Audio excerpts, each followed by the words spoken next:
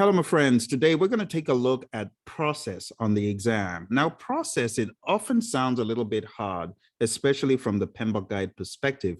So we're going to take a look at a project, and we're going to take a look at how to think about the 5 process groups. And then I'm going to give you some quizzes, going to go through some questions with you, and I'm also going to talk about how to tackle the exam. So this is quite a bit of a big session. So your major takeaways are going to be understanding all the process groups and knowledge areas and processes at a sufficient level. Then we're going to talk about how to tackle the exam from an emotionally intelligent perspective so that you can answer questions that are built to trick you, but you're going to be focusing on the EI side. And then I'm also going to give you any other pointers that can help you on the exam. All right, so let's jump straight into our discussion for today. So I call this Process Groups 101. It's the Asian Cuisine Project. These are all things that I've used to cook. Actually, what I've cooked is on the right-hand side. I like cooking Asian cuisine, and I'm going to use that as the subject for my illustration today. All right, so let's jump straight into it. When you take a look at this page, you immediately recoil in horror. You want me to study all of this stuff? No, I'm not going to study all of this stuff. It's too much. But I want to show you the simplicity in it. All right. So think about an Asian cuisine project. Imagine you were cooking food for people, right? It started off with a request. And then from the request, you then authorized the project to cook a meal. It could be a meal for family members. It could be a meal for visitors, for guests. So the first stage is to authorize the project, to authorize the undertaking. And that is just called developing the project charter. So for your exam, you got to know that developing a project charter should be the first thing you do in terms of the processes and the process groups. And we call that initiating. Initiating consists of 2 things. 1, it's developing a charter that authorizes the project.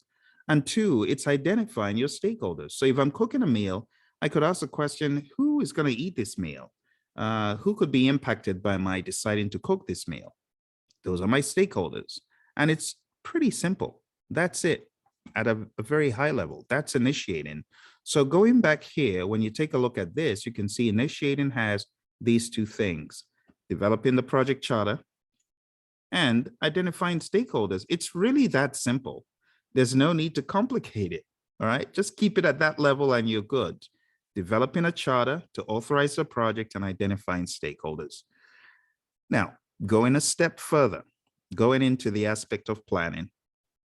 What do we do in planning? We could summarize everything that is done in planning under this one statement. Develop a project management plan. It's that simple. Develop a project management plan. That's what we do in planning. That is the summary. Now, if we go back to this table and we look at planning, what do you see? Right here at the top is the confluence of everything else that falls underneath it. All of this stuff, the end game of all of this stuff that I've highlighted in light red, the confluence of everything here is this final thing: develop project management plan. All of this stuff here is what we're trying to do. That's the summary. So for your exam, my friends, I want you to think about these things one by one as I bring them up on the screen. Scope management. We got to plan everything about the scope, whether we're doing it in iterations or whether we're going to do it at once. We need to plan how to manage scope. We need to actually define the scope and get down to the granular bits of scope. We need to understand the requirements. That's what we're doing in project scope management. The other piece of scope management is really to ensure there are no additions that are unauthorized. If there are any additions, they have to be authorized. And we're making sure that the customer validates the scope by inspecting the deliverable. It's that simple. So when you're talking about knowledge areas, you don't need to You don't need to hit your head against a brick wall, my friends. It's that simple. Just understanding that everything we're doing here is about either planning, scope related items, or monitoring and controlling scope related items. It's that simple. So when you take a look at this planning aspect, you got to think about it more macro for your PMP exam today. You don't want to go down into too much detail. You want to keep it at this high level. So the bottom line is we need to plan scope, right? We need to identify what needs to be done. Then we need to plan schedule. We need to create a schedule. And a schedule is pretty much the start and finish dates for the activities. We need to plan cost. In other words, we need to estimate each of those line items and roll it up into a total budget. We need to plan which quality items or which quality standards do we need to adhere to. That's quality management. We need to plan how to manage the resources, and then we estimate the resources as well. See that? You got to think about them in blocks, big blocks like that. You see what I'm doing here? You need to think about communications, and then you need to plan how we're going to communicate. You need to think about risk, and then you need to plan how we're going to manage risks. And then you need to identify the risks, and you need to analyze the risks and create a response for the risks. Next, we need to plan procurement management. We need to plan what are we going to buy from outside the firm. And then last but not least, we have stakeholder management. We need to plan how to engage our stakeholders. And that's planning, my friends. All of this stuff is what we are ultimately trying to do when we say develop project management plan, because we're going to get all of these tinier plans. We're going to put them all together in one big plan. See what I mean? That's planning in a nutshell. In a nutshell. All right. Now, when planning is done, you got to execute. So these are all little images from my experiments in the kitchen, right? Trying to cook this Asian cuisine. There's this Asian cuisine my kids love, and I took it upon myself to find the secret recipe. Well, of course, I had to create a recipe in some way by trial and error, but executing is where you are actually carrying out the work. So when I'm carrying out the work and doing all the cooking, that is the executing. So let's take a look at what executing is. When you really boil it down, executing is all about carrying out the work. It could be the cooking, right? So I'm cooking this dish. That's really my job in executing. Executing is all about taking the plan and doing the work. Take the plan, do the work. Take the plan and begin to execute on the plan. In the world of IT software development, of course, it's going to look very different from this. It's going to be coding. It's going to be doing programming kind of work. It's going to be at some point doing some analysis as you are carrying out the work, as you're executing. You may have some feedback loop to go back and analyze. So you could have planning and executing with some feedback loops. But the bottom line is you are going to be doing the work. And that's really what we do in executing. So when you go back here, my friends, I want you to really understand that what is being done in this process group is the executing of what you just compiled in planning. That's how you need to see it. Executing is all of this stuff that we do here. And it's very simple. When you're executing, you are directing and managing the work, coordinating the work as it's been executed. You are sharing knowledge and gleaning knowledge. You are checking to make sure the process is being followed. You are acquiring team members or resources. You're developing the team. You're leading the team, which is called managed team. You're giving them feedback. You are communicating, which we call managed communications. You are carrying out risk responses. You are conducting procurements. In other words, you are selecting a seller and awarding a contract, and you are managing the stakeholders' engagement. And these are all things we do in executing. It is that simple. For those of you who are just coming, we're talking about the 5 process groups, and we're going to go into some more detail to get you in ship shape for your exam. I know some of you might be struggling with the exam content. Look no further. I want you to go on down to hpmexam.com. At hpmexam.com, we have training that can help you. There's actually a book called Pmp Exam Immersion that comes with our training.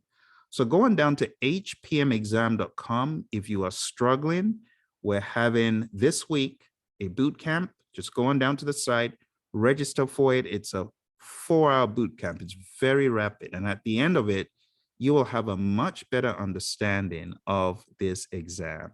All right. So again, executing, my friends. What we're doing is we are carrying out that plan, whether we are cooking, prepping the food. In the world of IT, like I said, you could be coding. In the world of technical documentation, you could be creating a technical document. Whatever that looks like, the bottom line is work is being done. Work is being carried out. Okay. Now let's jump really quick into a question here. Company stakeholders have requested that your canteen serve a new Asian cuisine. This will require the installation of new equipment and hiring of a new team. The scope baseline and schedule baseline have been determined. What should the project manager do next? All right. Okay. So let's take a look and use the process of elimination to cancel things that you wouldn't do next. You can use the pause button if you need more time. So it says the scope baseline has been determined. So obviously you've already done A, so it won't be that. It says you have just done the baseline. So you wouldn't be doing project reporting immediately, probably not, right? Let's take a look at D. Implement risk responses for the installation. Well, if you've done the scope baseline, schedule baseline, you are in planning, you're not going to jump all the way into executing and begin implementing risk responses. So the best answer to this, my friends, is to complete the project plan. That's exactly what you would do. You would complete your efforts to create the project management plan. Let's take a look at yet another question. Company stakeholders have requested that your canteen serve a new Asian cuisine. You decide to complete this project using a flow-based agile approach. In this approach, the delivery cadence is what? All right. If you need more time, you can hit the pause button. We'll use the process of elimination. So because it's flow-based agile, there's no cadence. So it's not going to be every 2 weeks or every 4 weeks or once a month. There's no cadence in flow-based. So the best answer is flexible. You see, when you understand what you're being asked, it becomes a lot easier to answer these questions. All right, so now we've kind of covered a few things in the planning aspect.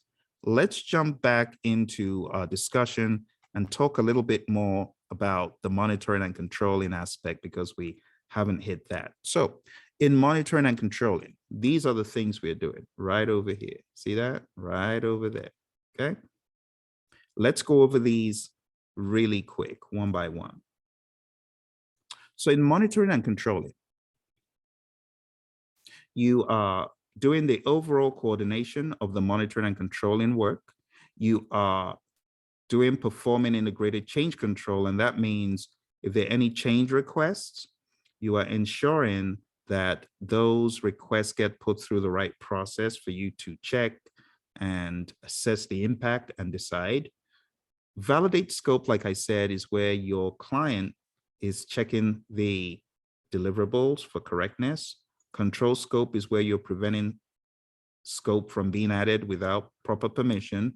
Control schedule is where you're keeping the project on schedule. Control cost is where you're keeping the project on cost. Control quality is where you, the performing organization, you're checking the work to ensure that it does comply with quality standards.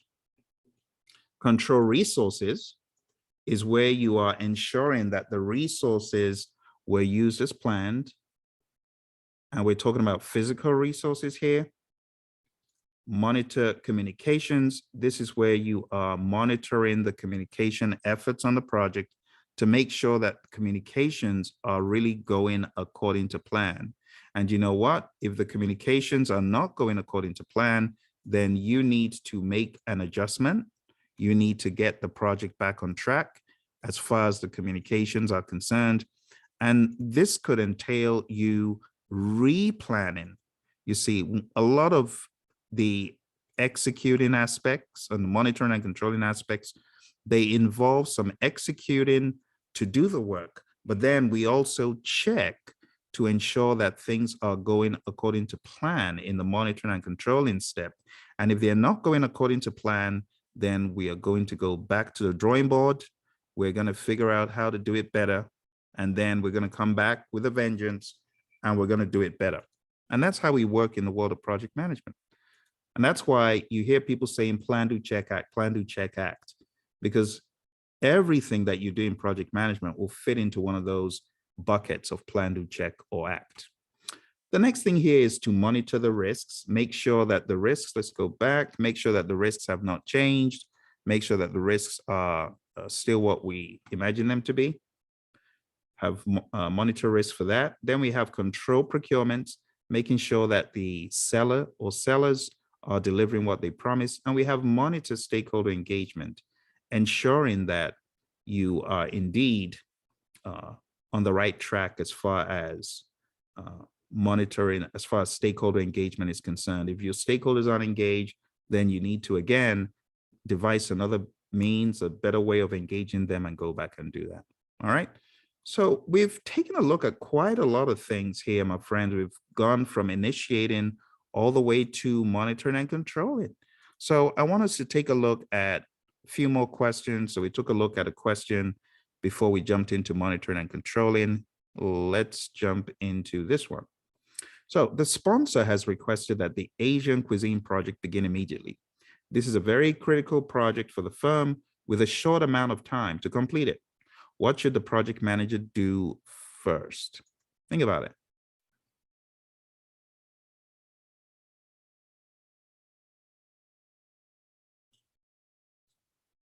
Okay. Let's take a look at the answers.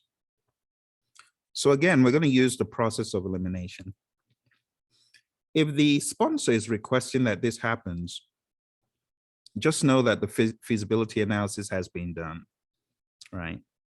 So what you should do first is obviously not that. Taking a look at B, it says create a clear, detailed. Whenever you get words like this on the exam, you got to pay attention to them.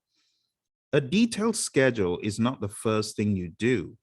You can have a high-level schedule, but a detailed schedule will not be done at this point. Next one says perform a feasibility study. It's very similar to option A. We wouldn't do that. That will be done in conjunction with a business case, which should have already been done. So if the sponsor is saying begin this immediately, the most sensible thing for you to do is to create a project charter. Okay. Everything else should have either been done or is too far down the road for us to do. And that's the mindset going into the exam. You see, the PMP exam, it just requires that you remember, okay, this has been done. This is too far down the project. This one hasn't been done. And that's the mindset. Let's go to our next one. Our next question. All right. Your company is an Asian cuisine delivery service certified to meeting a certain industry standard. On this project, management realizes they cannot complete the project with available resources. They decide to outsource the project and sign a binding agreement with a third-party firm in Japan. What strategy does this best describe?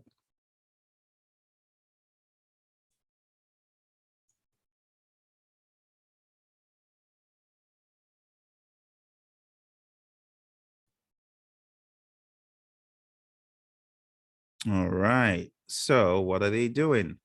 They are outsourcing because they realize they cannot complete the project with the available resources. When you outsource, this is a good example of risk transfer. This is not accept because you are actually doing something. Accept is reactive. Risk avoidance would be not to do it. So the best answer is risk transfer. All right. So you've shifted this to a third party. That's the overarching idea. All right, let's move on to our next question. Those just come in. Remember, hpmexam.com is your one-stop shop for a quick infusion of the content for your PMP exam. And if you're struggling, that's exactly where you want to go. We're going to be covering people, process, business. It's very rapid. It's like a tune-up. You go in, you come out, you are as good as new, or maybe you were never even there before. Now you're going to be right where you need to be, totally aware of everything you need for the test. Here's your next question.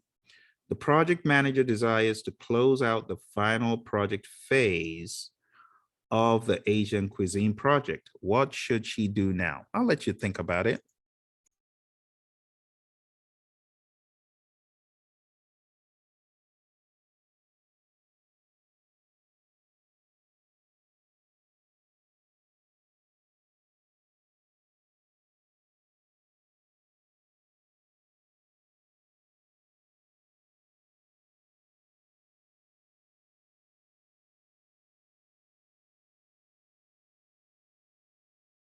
All right, my friends, 3, 2, and 1.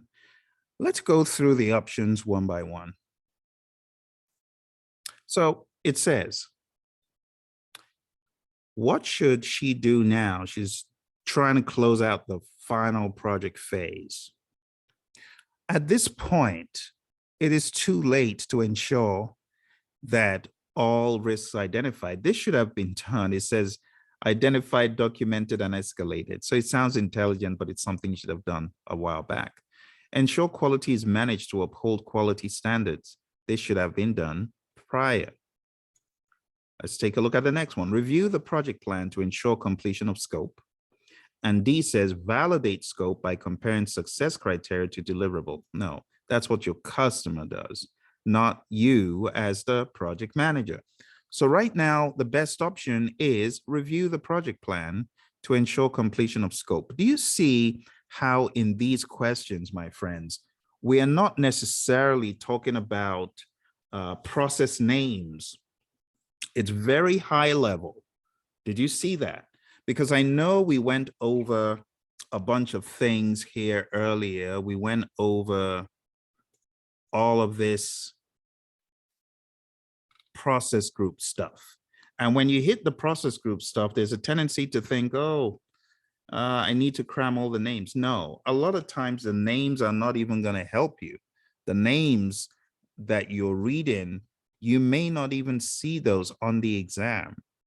So while it's not a bad thing to be aware of names, they won't help you in many instances. You just need a higher level understanding of how things interrelate, what should have been done first, what should have been done prior, and things such as that. All right, let's go to our next question. Okay, product manager believes that the process in your restaurant is out of control. The final project deliverable, the Asian Cuisine To-Go Bowl, has been tested based on a job batch of 1,000 and was found to weigh a lot less than expected. What tool should the project team use to decide if a change is needed in production?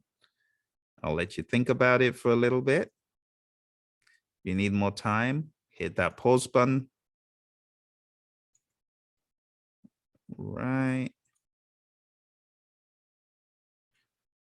All right, my friends. So the best answer to this, let's use the process of elimination again. So the Ishikawa is a cause and effect diagram. It does not show you if a process is out of control. The same thing for D. A and D are the same tool. It's a cause and effect diagram, Ishikawa, YY diagram, fishbone diagram. Those are all the same thing. So you got to know some of these tools for your test for sure.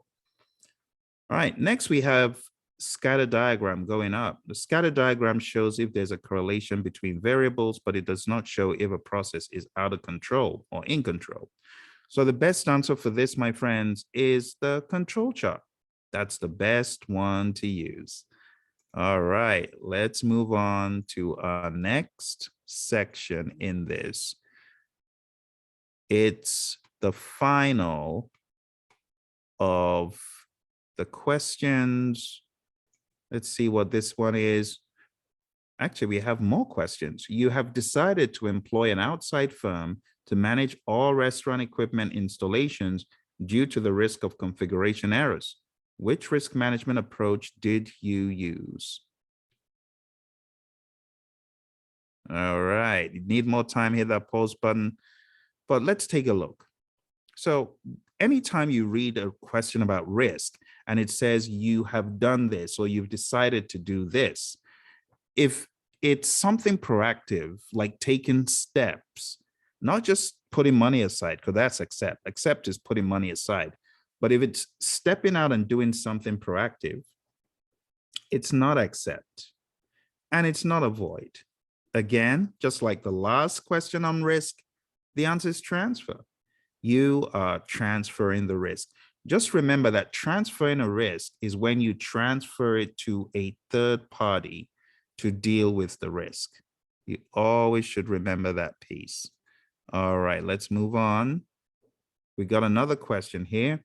You're a project manager for a firm building a new restaurant in the city of Gilbert, Arizona.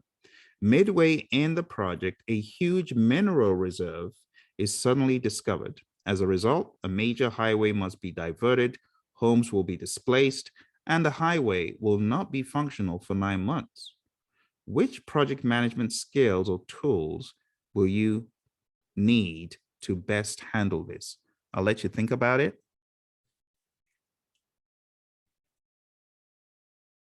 Okay, if you need more time, hit the pause button. Okay, so think about it. This project says homes will be displaced and the highway will not be functional. This sounds like the populace in Gilbert will not be very pleased.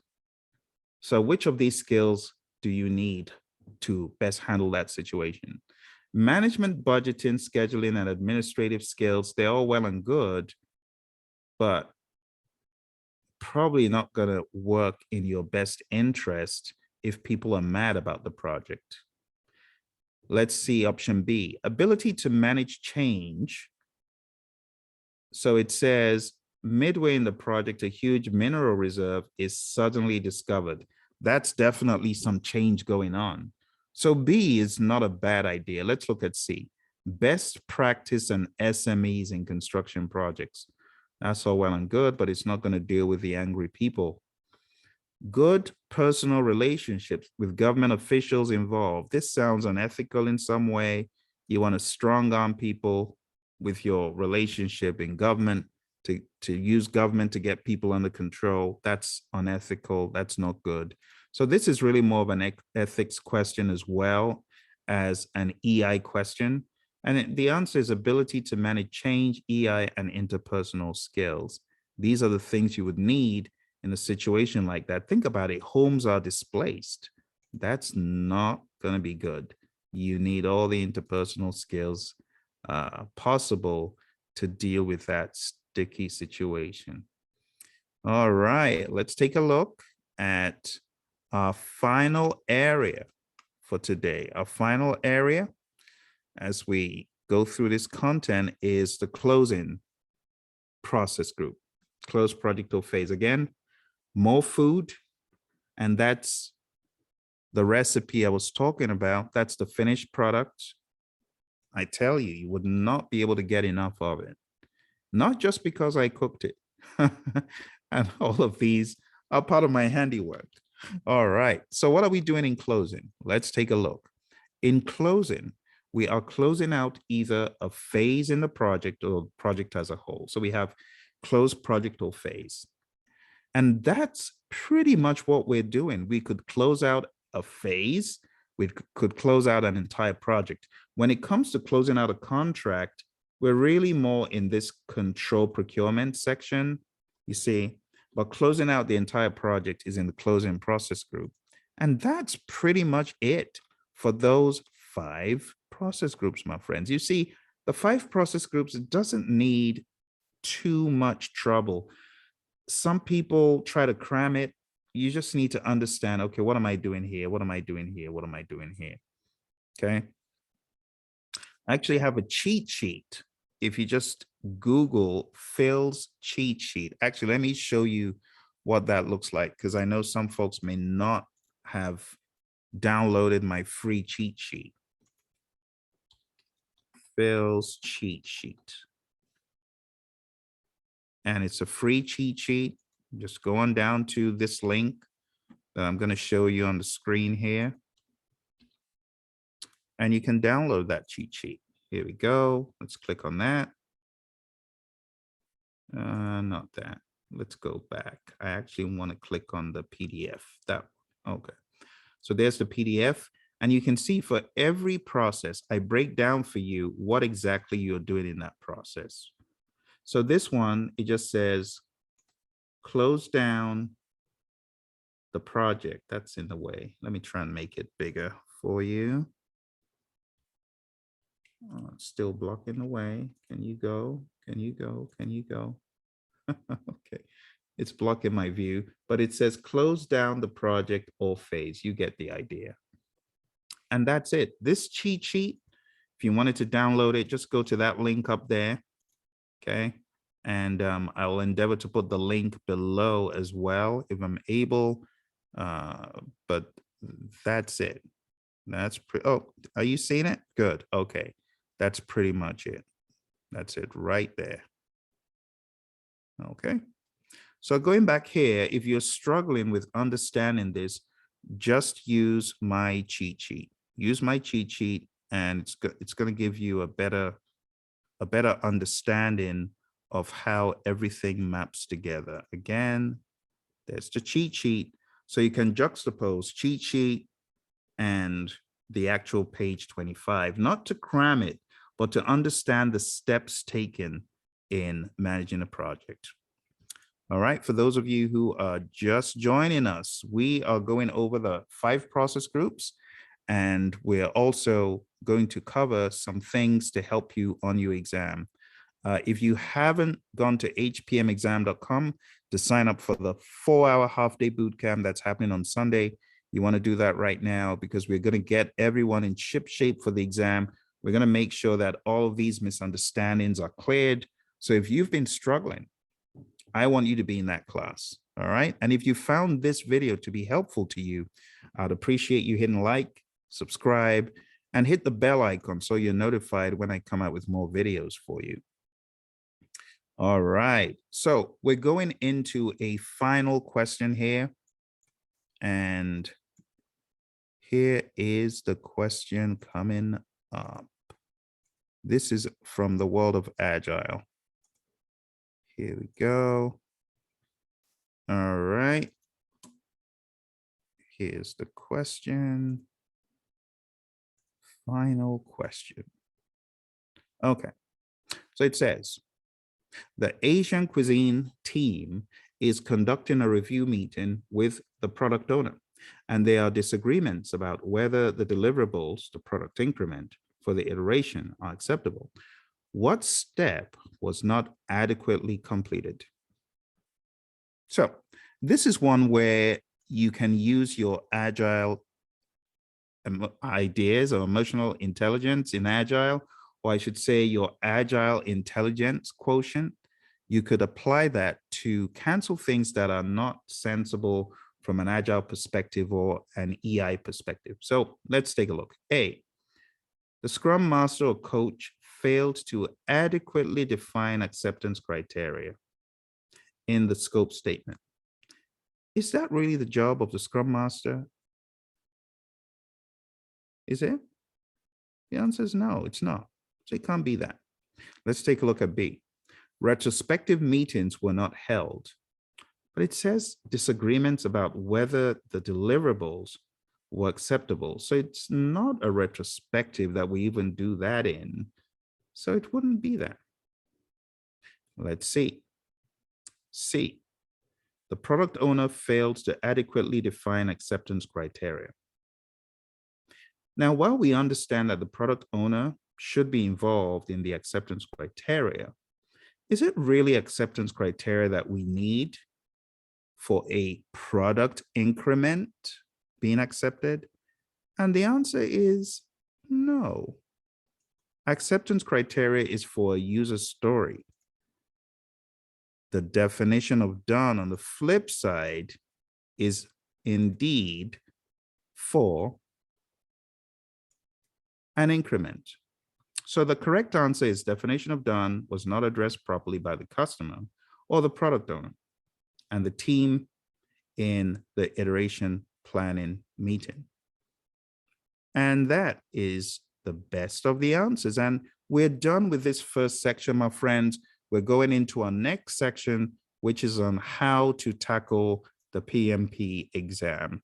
There are a few things I want to give you at a macro level. At a macro level, if you got a question on the PMP exam, even if the text was blocked out, you should be able to answer the question. You absolutely should. In many instances, right? Not every single instance, but in most instances, just looking at the question options, there are going to be some that are bogus. There are going to be some that are anti-servant leadership and anti-agile, and you can cancel those immediately. So let's take a look at those. Which of these options isn't in the spirit of agile or servant leadership? Fire the developer. That's suspicious. We can get rid of that one. Let's go to D. Coach the team. That's not a bad thing. C. Immediately implement all changes. Immediately, even though I've not read the question, I can tell there's something suspicious about that. B. Report to management. That is not what your disposition should be. Can you see? Just looking at the options, not even the question. I want you to be more option driven. And this is going to help you. This kind of thinking is going to help you on your exam because I've seen it help others. And I really believe if you get it down to a science, you can eliminate the senseless options and choose the best. Here we go with another one. Take a look at these. Which one do you think the answer is? Look at it for a little bit. Look at it for a bit.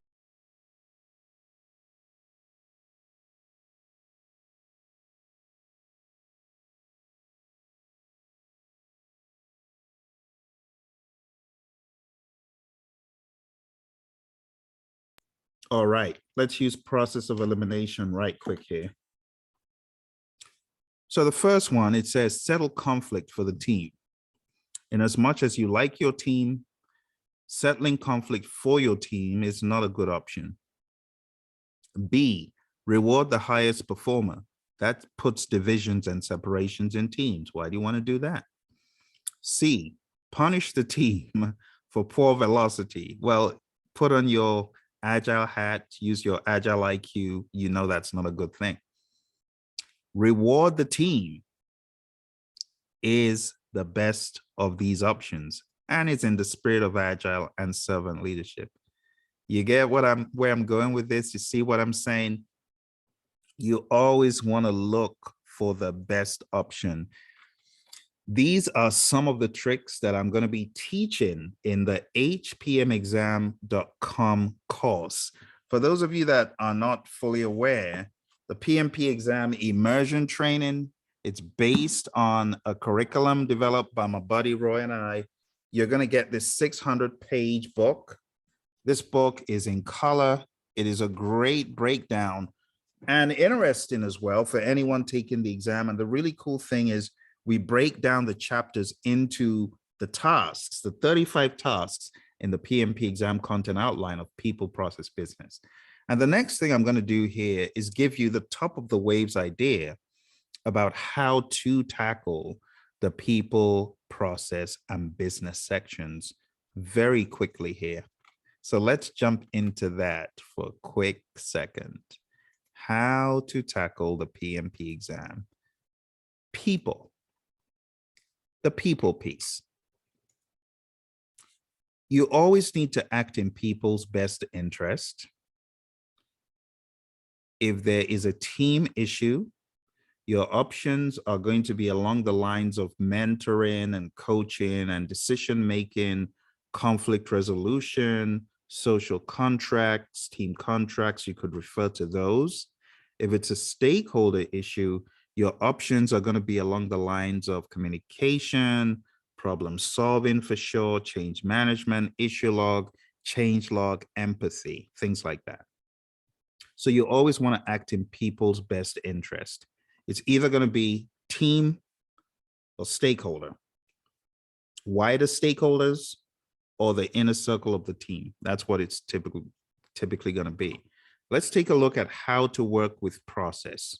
With process, you want to move things forward. So in initiating, your project charter is going to help move things forward. Your stakeholder analysis of your stakeholders is going to help you target your stakeholder expectations, wants, and needs sensibly. Then we have planning. In planning, your main thing is your project management plan. This is going to help you push the project forward, move the project forward along with the team. In terms of executing, your disposition here is to log issues, make sure you go after those impediments, have dialogue, and where necessary, have some change requests. You see, so whether you're in the world of Agile or you're in the world of predictive, you can always use the PMI's framework of 5 process groups to know what to do. When we are in the world of Agile, we may talk a little bit more about road mapping, for example. We'll talk a little bit more in the earlier stages about the Agile project charter. See, we talk about these things way up front. When we're doing this planning stuff, we actually, at this point in planning, we talk about the team charter in the world of Agile. So you can think about the 5 process groups from an Agile lens as well, if you wanted to. I know it's project related, but you could also look at authorization, planning, executing, and so on. When we're talking about executing from the Agile realm, we're talking about getting the work done. So things that come up here will be like your events, right? Your ceremonies, if you wanted to call them that.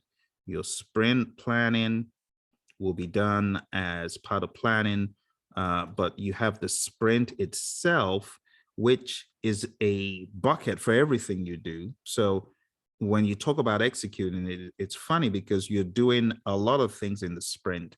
Within the sprint, you're doing some planning, but you're also doing the daily scrums, which again is also looked at as part of planning and executing because you are uncovering impediments, right? So you could talk about your dailies, which are used as a sync meeting, and I'll just say your daily scrum. You could also think about your sprint retrospective as being something that you do within the sprint. You could say it is in some way executing, it is in some way monitoring and controlling as well. It's more like an inspection, but it's also part of the things you need to get done. You see, so this is how you need to be thinking. You just think about the sprint, the daily scrum. Over here, one of the things we think about as well, you would think about your sprint or backlog, I should say, backlog refinement.